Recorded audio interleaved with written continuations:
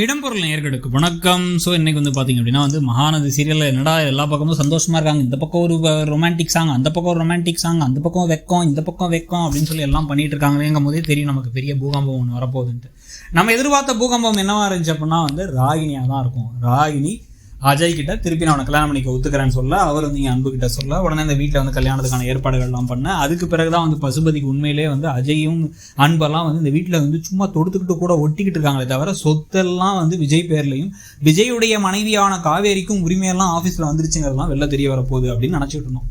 So அந்த ஒரு விஷயங்கள் தெரிஞ்சதுக்கு பிறகு அவர் இவனாமா அவனுக்கு வேணுங்க, உங்கள்ட்ட எப்படி சொத்து இருக்கு விடுங்கப்பா, எனக்கு அந்த வீடு வேணும், அந்த வீட்டுக்குள்ளே போகணும், காவேரியை பற்றி உண்மையை தெரிஞ்சுக்கணும், ஏன்னா அஜய் கூட ரொம்ப நாள் வாழவா போகிறேன் அப்படின்னு மனசுக்குள்ள நினச்சிப்பாங்க இவங்க நினச்சிட்டு இருந்தோம்.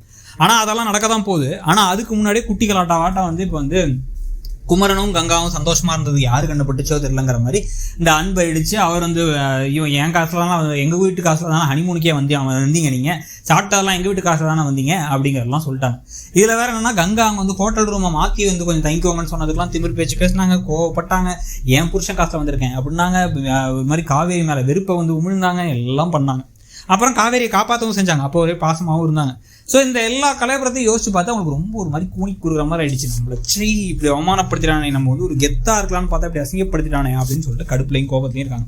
இந்த கடுப்பும் கோபத்துடைய விளைவு தான் பார்த்தீங்கன்னா இப்போ அவர்கிட்ட கோவப்பட்டு ஒழுங்காக போய் நான் ஒழுங்கு மரியாதையாக சொல்கிறேன், இப்போ ஒழுங்காக கிளம்பி போயிட்டு மோதிரத்தை வச்சாச்சு காசை கொடுத்துரு அப்படின்னு காசை கொண்டு போய் தாத்தா கிட்டையும் காவேரிட்டையும் கொடுக்க, காவேரி வாங்கிக்க மாட்டாங்க, தாத்தா வாங்கிக்க மாட்டேங்கிற, எனக்காக வச்சுக்கோமா அப்படின்னா இதெல்லாம் வேணாங்க, உங்களுக்காக ஏன் நீங்கள் எதுக்கு எங்களுக்காக பண்ணணும், நான் உங்களுக்கு யார், இதெல்லாம் எதுவுமே வேணாம், யாருக்கிட்ட வேணால் உலகத்தில் நான் கடன் பட்டிருக்கலாமே தவிர இவகிட்ட நான் கடன் பட்டிருக்கக்கூடாது அப்படின்ட்டு பணத்தை மூஞ்சிலே விட்டு எரிஞ்சிட்டு போகிறாங்க.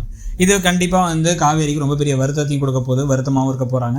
இதுக்கு நடுவில் இவங்களுடைய வருத்தத்தை போக்குற மாதிரி இவங்களை கொஞ்சம் சமாதானப்படுத்துகிற மாதிரி விஷயத்தை விஜய் பண்ணுவாரா? ஏன்னா விஜய்கிட்ட நிறைய மாற்றங்கள் வந்துருச்சு. விஜய் இந்த இடத்த கிண்டல் பண்ணிடுவாரா, இல்லை அவர் கொஞ்சம் வித்தியாசமாக நடந்து இவங்களை புரிஞ்சுப்பாரா அப்படிங்கிறத பொறுத்து இருந்து பார்க்கணும். இது ஒரு பக்கம் நடக்குது அப்படின்னா, இன்னொரு பக்கம் பார்த்தீங்கன்னா இந்த கலையபரத்தில் இப்போ குமரனுக்கு பெரிய அடி ஆயிடுச்சு, வருத்தமாயிட்டாரு.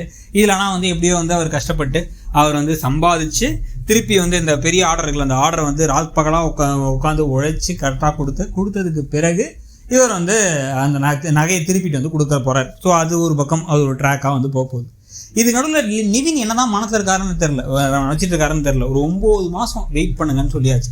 ஆனால் அதுக்கு நடுவில் ராகினிட்ட நல்லா எல்லாத்தையும் வளரிக்கிட்டே வராரு. படிப்படியாக எபிசோடாக அப்படி இந்த ஒரு கிளைமேக்ஸ் கொடுத்து அடுத்து ஒரு ஹூக் வச்சு அடுத்தடுத்து கொண்டு போவாங்கல்ல, அந்த மாதிரி முதல்ல என் கூட தான் சேர்ந்து வாழ்வானார். இப்போ 9 மாதத்துல என் கூட சேர்ந்து வாழ்வான்ட்டார். அடுத்து கான்ட்ராக்ட் தான் அதுன்னு சொல்லிடுவார் போல. இப்படி ஒரு கஷ்டமே படாமல் எல்லா உண்மையும் ராகினிக்கு தெரிய வந்துடும் போல. அதில் என்னென்ன குட்டி கலாட்டா வரப்போகுது, பிரச்சனைகள் வரப்போகுதுங்கிறது ஒரு பக்கம். எல்லாத்தையோட முக்கியமாக வெண்ணிலாங்கிற கேரக்டர் திருப்பி வரப்போகிறாங்களா, ஒரிஜினலாகவே ஒரு ஆளை கூட்டுற போகிறாங்களாங்கிறதையும் பார்க்கணும். ஸோ இதெல்லாத்தையும் பற்றி உங்களுடைய கருத்து என்னங்கிறத சொல்லுங்கள். தேங்க்யூ. இடம்பொருள் நேயர்களுக்கு வணக்கம். ஸோ இன்னைக்கு பார்த்தீங்க அப்படின்னா மகாநதி சீரியலில் என்னடா எல்லா பக்கமும் சந்தோஷமாக இருக்காங்க, இந்த பக்கம்